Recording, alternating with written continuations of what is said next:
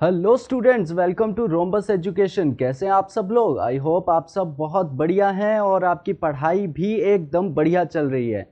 तो स्टूडेंट्स, हम अपने टॉपिक की ओर बढ़ें तो टॉपिक हम बात कर रहे हैं द इंडियन कॉन्ट्रैक्ट एक्ट 1872 की, जिसके अंदर की हम नेचर ऑफ कॉन्ट्रैक्ट यूनिट पर बात कर रहे हैं। और इस यूनिट में हमारा जो टॉपिक हम डिस्कस कर रहे थे वो काइंड्स ऑफ ऑफर की हम बात कर रहे थे। काइंड्स ऑफ ऑफर में हमने, चलिए एक रिवीजन लेते हुए हम आगे बढ़ते हैं इस टॉपिक में। ठीक है, तो इस टॉपिक के अंदर देखिए, हमने सबसे पहले जनरल ऑफर की बात की और इसके अंदर हमने केस डिस्कस किया था Carlill versus carbolic smoke ball company का। ठीक है, इसके अंदर क्या डिसीजन दिया गया था? डिसीजन दिया गया था कि a general offer can be accepted by any person. ठीक है, उसके बाद एक केस हमने बात की थी, कौन सा वाला स्टूडेंट्स? हमने सेकंड केस पर बात की थी, लालमन शुक्ला वर्सेस गौरी दत्त का केस। कौन सा केस? लालमन शुक्ला वर्सेस गौरी दत्त का केस, जिसके अंदर की बात तो जनरल ऑफर की तरह ही थी, बट उसमें मेन पॉइंट जो बन रहा था वो क्या बन रहा था कि जिस पर्सन ने एक्सेप्टेंस दी थी उसे ऑफर की नॉलेज नहीं थी। ठीक है, तो इस तरह से जो है लालमन शुक्ला को एलिजिबल वहां पर नहीं किया गया था, ठीक है, रिवॉर्ड लेने के लिए। तो ये केस इसके रिलेटेड था। ओके, उसके बाद हमने बात की थी स्टूडेंट स्पेसिफिक ऑफर की। किसके रिगार्डिंग? Specific offer. ठीक है, स्पेशल या स्पेसिफिक ऑफर के अंदर हमने एक केस किया था बुल्टन वर्सेस जोन्स का। कौन सा केस किया था? बुल्टन वर्सेस जोन्स के केस की हमने बात की थी, जिसमें कि ऑफर एक स्पेसिफिक पर्सन को दिया गया था और ये कहा गया था कि वो एक्सेप्टेंस भी किसकी तरफ से होनी चाहिए? उस स्पेसिफिक पर्सन की तरफ से ही होनी चाहिए। उसके बाद हमने एक टाइप पढ़ा था, कौन सा? क्रॉस ऑफर का। अब क्रॉस ऑफर में हमें क्या कहा जा रहा था? क्रॉस ऑफर में ये था कि जैसा हम कहते हैं कि when two parties exchange identical offers in ignorance at the time of each other's offer, कि दो पार्टीज हैं, एक ए पार्टी है और दूसरी बी पार्टी है।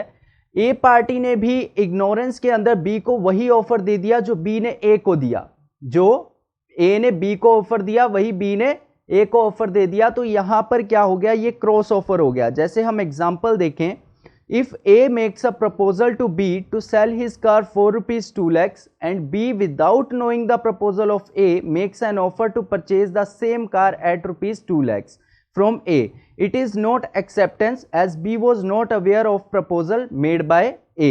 It is only cross proposal, and when two persons make offer to each other, it cannot be treated as mutual acceptance. There is no binding contract in such a case.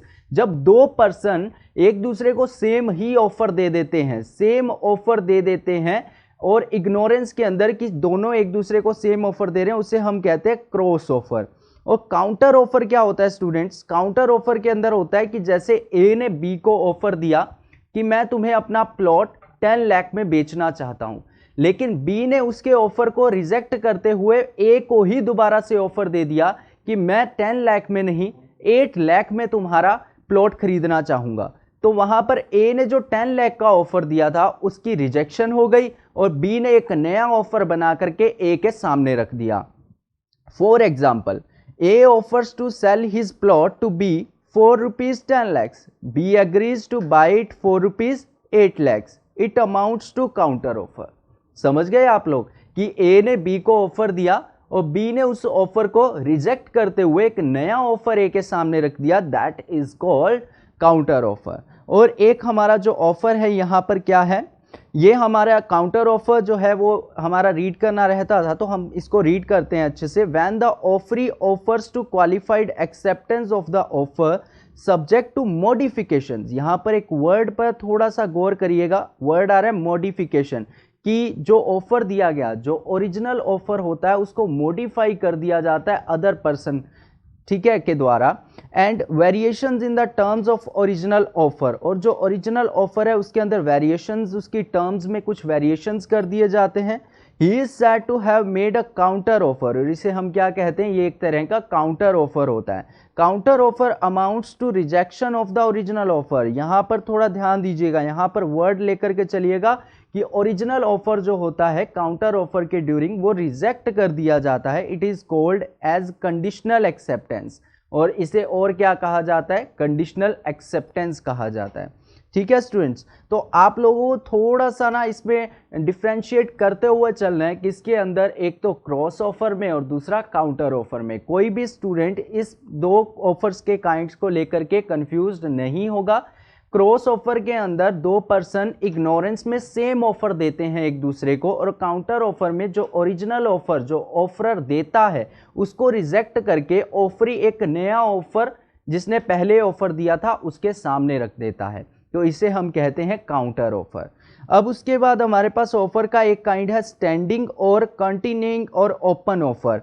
N offer which is allowed to remain offer for acceptance over a period of time. For example, अब इसको समझने के लिए हम एक example ले सकते हैं, जैसे कि बिग बाजार में कोई सेल लगी हुई है, जैसे बिग बाजार में कोई सेल लगी है और उन्होंने कहा है कि ये सेल जो है वो 3 डेज के लिए है, आने वाले 3 डेज के लिए है। तो उस कंडीशन में यहां पर क्या हो गया, एक स्पेसिफिक पीरियड ऑफ टाइम हो गया या नहीं हो गया, स्पेसिफिक पीरियड ऑफ टाइम के लिए वो ऑफर हो गया। तो इस ऑफर को हम कहते हैं स्टैंडिंग या कंटिन्यूइंग और open offer. Tenders that are invited for supply of goods is a kind of standing offer. ठीक है, अब यहां पर कंप्लीट होते हैं स्टूडेंट्स हमारे काइंड्स ऑफ ऑफर। उसके बाद हम नेक्स्ट पॉइंट पर चले, तो हमारा नेक्स्ट पॉइंट जो है वो related to essentials of a valid offer.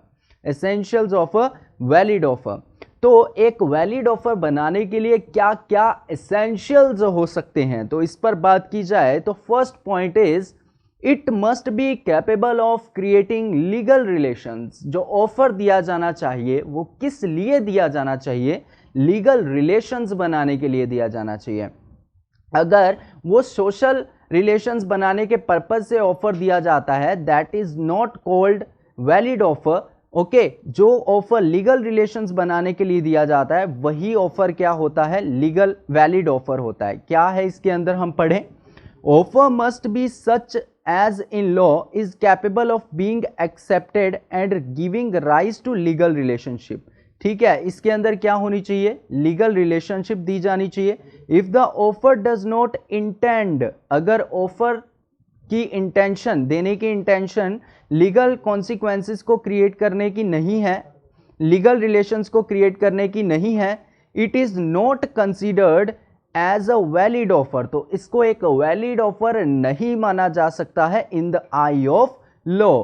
A social invitation even if it is accepted, even if it is accepted does not create legal relations because it is not so intended। तो हमने क्या बात की students की, offer अगर social वे में दिया जाता है तो उसको लीगल नहीं माना जाता है, जब तक वैलिड नहीं माना जाता है, जब तक ऑफर को लीगल रिलेशनशिप में चेंज करने की बात नहीं होती तब तक उसको वैलिड ऑफर नहीं कहा जा सकता है। तो it must be capable of creating legal relations. Alright, चलिए सेकंड पॉइंट पर बात करें हम लोग कि essential of a valid offer और क्या हो सकता है, तो it must be certain, definite, not वेग, कि ये क्या होना चाहिए, सर्टेन होना चाहिए, डेफिनेट होना चाहिए और वेग नहीं होना चाहिए। मतलब जैसे ए ने बी को ऑफर दिया, I want to purchase oil, I want to purchase oil, उसने बी को ऑफर तो दिया बट उसने वहां पर यह बात क्लियर नहीं की कि वो कैसा ऑयल चाहता है, राइट। उसने ये नहीं बताया कि उसको कैसा ऑयल चाहिए, या फिर उसने ये नहीं बताया कि ऑयल की क्वांटिटी क्या होनी चाहिए, या ऑयल के अमाउंट पर लेकर के बात नहीं की गई। तो ये किस तरह का ऑफर होगा, ये वेग कैटेगरी में चला जाएगा। यहां पर ये सर्टेनिटी इसके अंदर नहीं है, ये डेफिनेट नहीं है। In the terms of an offer are vague और indefinite, its acceptance can not create any contractual relationship. अगर जो टर्म्स हैं ऑफर की वो क्या है, वेग है और इनडेफिनिट है, तो इसकी एक्सेप्टेंस कॉन्ट्रैक्चुअल रिलेशनशिप को क्रिएट नहीं कर सकती है।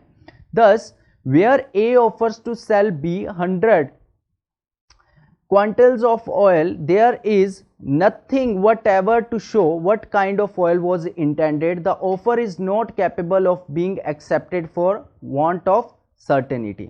समझ गए आप लोग कि सिर्फ ऑयल लेने की यहाँ पर बात की गई है, यहाँ पर ये नहीं बताया गया है कि किस तरह का ऑयल चाहिए, या ये नहीं बताया गया है कि अमाउंट रेट कितना है उसका या क्वांटिटी कितनी है उसकी।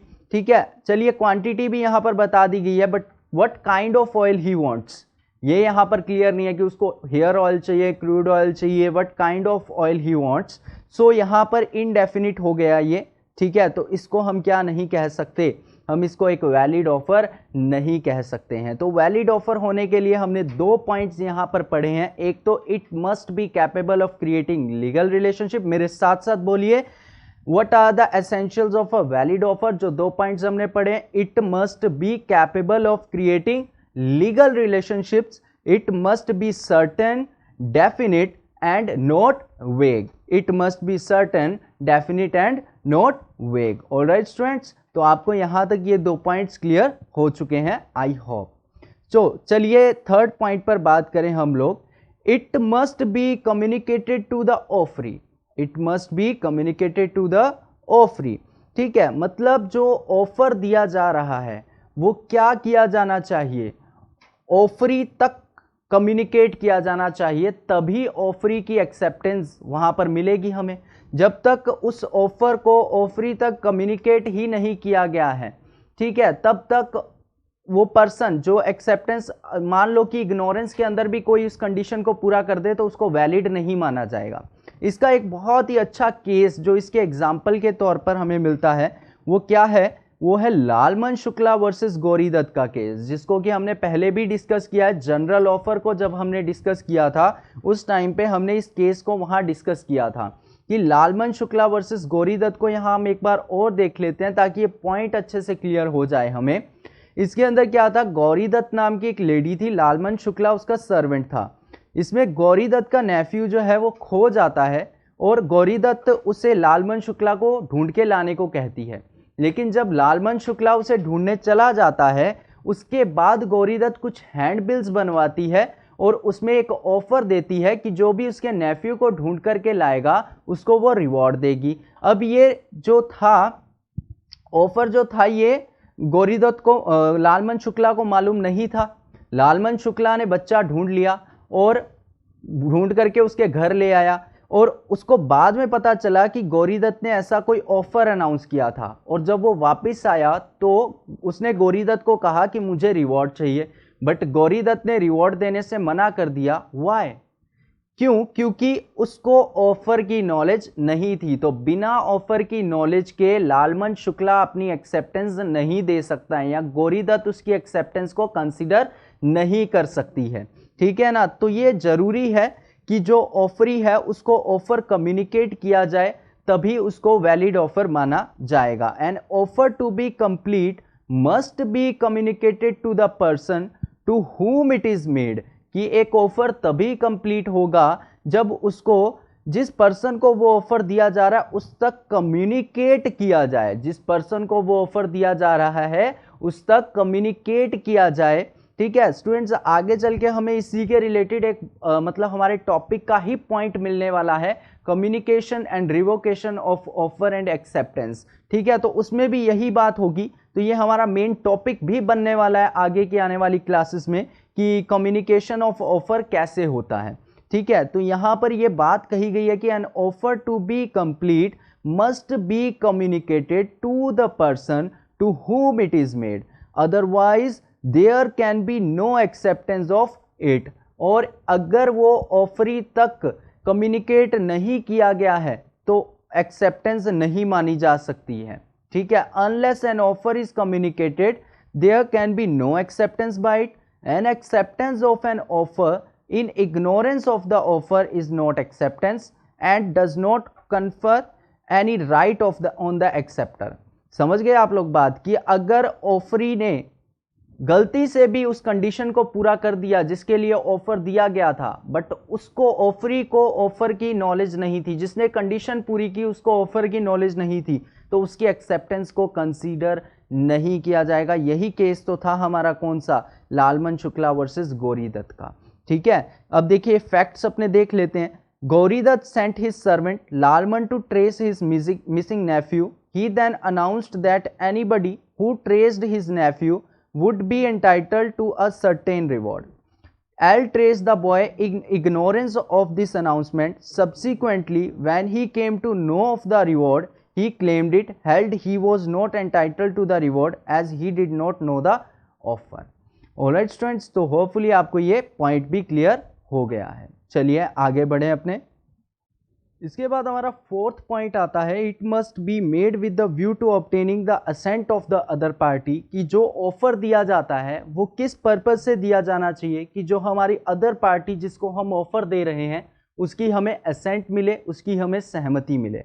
ठीक है, तो इसके अंदर देखिए स्टूडेंट्स, क्या एक एग्जाम्पल से हम दोनों बातें समझते हैं। ऑफर कोई काम करवाने के लिए भी दिया जा सकता है कि मैं किसी को कुछ ऑफर दे रहा हूं, कुछ दे रहा हूं मैं सामने वाले बंदे को और चाहता हूं कि उस ऑफर के बदले में वो बंदा कोई काम करे, और किसी को ऑफर दे रहा हूं और उस बंदे से मैं चाहता हूं कि वो कोई काम करने से मना कर दे, मतलब एब्सटेन भी करवा सकता हूं और एक्ट भी करवा सकता हूं ऑफर के बदले में। ठीक है ना, तो दोनों ही कंडीशन में हम सामने अदर पार्टी की क्या चाहते हैं, हाँ चाहते हैं, यस चाहते हैं कि अदर पार्टी हमें यस करे।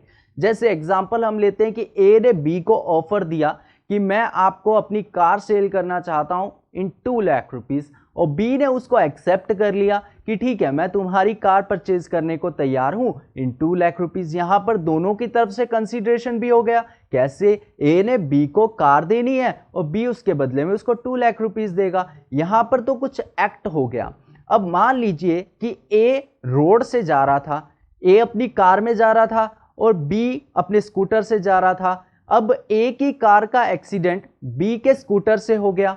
ठीक है, अब वहां पर गलती मान लीजिए ए की थी, गलती वहां पर ए की थी, और ए ने उतर करके कार से बी को ऑफर दिया कि तुम मेरे अगेंस्ट केस फाइल मत करना, ठीक है, मैं तुम्हारे जो भी यहां पर डैमेज हुआ है उसको रिकवर करवा दूंगा, जो भी डैमेज हुआ है उसको रिकवर करवा दूंगा। अब ए की तरफ से बी को ऑफर दिया गया, बट किस लिए, कि तुम मेरे अगेंस्ट केस फाइल मत करना, कि कुछ करने से मना करने के लिए उसने ऑफर दिया। यहां पर एब्सटेन वाली कंडीशन क्रिएट हो गई। एक तो एक्ट के लिए ऑफर दिया जा सकता है, दूसरा एब्सटेन के लिए ऑफर दिया जा सकता है, और दोनों ही कंडीशन में जो ऑफरर है वो अदर पार्टी की यस लेने के लिए ऑफर उस पॉइंट ऑफ व्यू से देता है। तो offer must be made with view to obtaining the assent of the other party addressed and not merely with the view to disclosing the intention of making an offer. ठीक है, चलिए next point पर हम बात करें। It may be conditional. It may be conditional क्या हो सकता है कि जो टर्म्स एंड कंडीशन एक ऑफरर ऑफरी को देता है उसको उसी तरह से काम करना चाहिए, उसी तरह से एक्सेप्टेंस देनी चाहिए। जैसे उसने कहा an offer can be made subject to any terms and conditions by the offeror. Example, offerer may ask for payment by RTGS or NEFT etc. The offeree will have to accept all the terms of the offer, otherwise the contract will be treated as invalid. अब जैसे कि मान लीजिए कि किसी को कोई payment करनी है, अब जैसे कार की परचेजिंग हो रही है तो वो चाहते हैं कि पेमेंट का जो वे हो, जो ऑफरर ने बताया उसी वे से पेमेंट हो। जैसे मैंने किसी को कह दिया जी मुझे तो गूगल पे से पेमेंट चाहिए, और वो पर्सन ने पेटीएम से पेमेंट कर दी। जिसको मैंने ऑफर दिया उसके सामने मैंने कंडीशन रखी कि मेरे को पेमेंट चाहिए गूगल पे से, और उस अदर पर्सन ने कर दी वो पेमेंट पेटीएम से। तो उस चीज को वहां पर क्या ट्रीट किया जाएगा, वैलिड ट्रीट नहीं किया जाएगा, उसको ट्रीट किया जाएगा क्या, इनवैलिड ट्रीट किया जाएगा, क्योंकि वो एक तरह की कंडीशनल एक्सेप्टेंस हो जाएगी। उसके अंदर क्या ऐड हो जाएगी, कंडीशन ऐड हो जाएगी, और कंडीशनल एक्सेप्टेंस को कभी भी वैलिड नहीं माना जाता है। ठीक है ना, तो जो भी हो, जो भी ऑफरर कंडीशन दे उसी को कंसीडर करना चाहिए। जैसा ऑफरर ने कहा है ऑफरी को उसी के अकॉर्डिंग प्रोसीडिंग आगे की करनी चाहिए। ओके, तो ये जो ऑफर है वो कंडीशनल भी होता है, हो सकता है अगर ऑफरर को कोई प्रॉब्लम नहीं है तो वो अदर वे को भी एक्सेप्ट करके उसको एक वैलिड कॉन्ट्रैक्ट बना सकता है। बट अगर वो चाहता है कि वही वे फॉलो किया जाए जो ऑफरर ने बताया है ऑफरी को, तो फिर वो उसको इनवैलिड कह करके और ख़त्म कर सकता है और सही करवा सकता है। चलिए आगे जो हमारा पॉइंट है वो है offer should not contain a term the non compliance of which would amount to acceptance. अब इसके अंदर क्या बात है, thus one cannot say that if acceptance is not communicated by a certain time the offer would be considered as accepted। मतलब कि अगर जो एक्सेप्टेंस है वो सर्टेन टाइम में कम्युनिकेट नहीं की गई है तो ऑफर को एक्सेप्टेड नहीं माना जा सकता। By certain time the offer would be considered as accepted. Thus, one cannot say that if acceptance is not communicated by a certain time, the offer would be considered as accepted. All right. इसके अंदर देखो students क्या है कि अगर किसी person ने कह दिया कि ये मैं तुम्हें ऑफर दे रहा हूं, और अगर मुझे एक्सेप्टेंस इतने टाइम से, कि अगर मुझे 7 डेज के अंदर अंदर एक्सेप्टेंस नहीं मिली तो मैं ये समझ लूंगा कि तुमने ऑफर को एक्सेप्ट कर लिया। तो ये तो गलत बात हुई ना, ये तो गलत बात हुई, ठीक है ना। तो यहां पर हम देखते हैं आगे, इसमें एग्जांपल देखिए, A proposes to B to purchase his Android mobile, ठीक है। A proposes B to purchase his Android mobile for ₹5,000 and if no reply by him in a week it would be assumed that B had accepted the proposal. This would not result into contract. ये तो गलत बात हुई, बिल्कुल गलत बात हुई। तो आप इसमें एक पॉइंट ये भी लेकर के चलिएगा कि एक साइलेंस को, mere silence can not be amounts to acceptance, कि किसी की चुप्पी एक्सेप्टेंस नहीं मानी जा सकती है, या वहां पर एक ऑफर बनना नहीं माना जा सकता है, ठीक है ना स्टूडेंट्स। तो यहां पर अगर आप किसी को ये कह दें और कंडीशन में बांध दे कि मैंने तुम्हें ऑफर दे दिया और I want your acceptance in 7 days, और अगर तुमने एक्सेप्टेंस 7 डेज में नहीं दिया, कुछ भी नहीं बोले, अगर तुमने कोई भी जवाब आने वाले 7 दिन में नहीं दिया, तो मैं समझ लूंगा कि तुम्हें मेरा ऑफर एक्सेप्ट है। तो ये तो बिल्कुल ही गलत बात हुई, तो इसको तो बिल्कुल ही कंसीडर नहीं किया जा सकता किसी भी हालत में, ठीक है। और द ऑफर में बी ईदर स्पेसिफिक और जनरल, ऑफर जो है वो स्पेसिफिक भी हो सकता है और जनरल भी हो सकता है। तो any offer can be made to either public at large और टू एनी स्पेसिफिक पर्सन, कि जो ऑफर है वो जनरल ऑफर की फॉर्म में भी दिया जा सकता है और स्पेसिफिक ऑफर की फॉर्म में भी दिया जा सकता है। इसको हम पहले भी अपने कॉन्ट्रैक्ट के टाइप्स में भी पढ़ चुके हैं कि कॉन्ट्रैक्ट जो है वो जनरल फॉर्म का भी हो सकता है। ऑफर के काइंड्स पढ़े, उसमें भी हमने पढ़ा था, ठीक है। जब हमने ऑफर के काइंड्स पढ़े थे उस टाइम पे हमने पढ़ा था कि जो ऑफर है वो स्पेसिफिक भी हो सकता है और जनरल भी हो सकता है। जब पब्लिक बेसिस पर कोई ऑफर दिया जाता है तो उसे जनरल ऑफर कहते हैं, और जब किसी स्पेसिफिक पर्सन को कोई ऑफर दिया जाता है तो उसे स्पेसिफिक ऑफर कहते हैं। इसके अंदर 2 केसेस पर हमने बात की थी, ध्यान हो, बुल्टन वर्सेस जोन्स जो कि स्पेसिफिक से रिलेटेड था, और जनरल जो था वो किससे रिलेटेड था, लालमन शुक्ला वर्सेस गौरीदत्त, वो तो इग्नोरेंस वाला था, और Carlill versus carbolic smoke ball company, जिसके अंदर पूरा अच्छे से जो जनरल ऑफर को डिफाइन किया गया था, ठीक है। तो यहाँ पर स्टूडेंट्स हमारे ये जो essential of a valid offer हैं, ठीक है, वो यहाँ पर हमारे 7 पॉइंट्स कंप्लीट होते हैं। और इसके आगे का जो है वो डिफरेंस है इनविटेशन टू ऑफर और ऑफर का, इसको हम अपनी नेक्स्ट क्लास में डिस्कस करेंगे। और जितना आपको पढ़ाया गया उसको आप अच्छे से रिवाइज कीजिए, उसको अच्छे से पढ़िए। आपसे मिलते हैं नेक्स्ट क्लास में। खुश रहिए, आबाद रहिए। Thank you so much.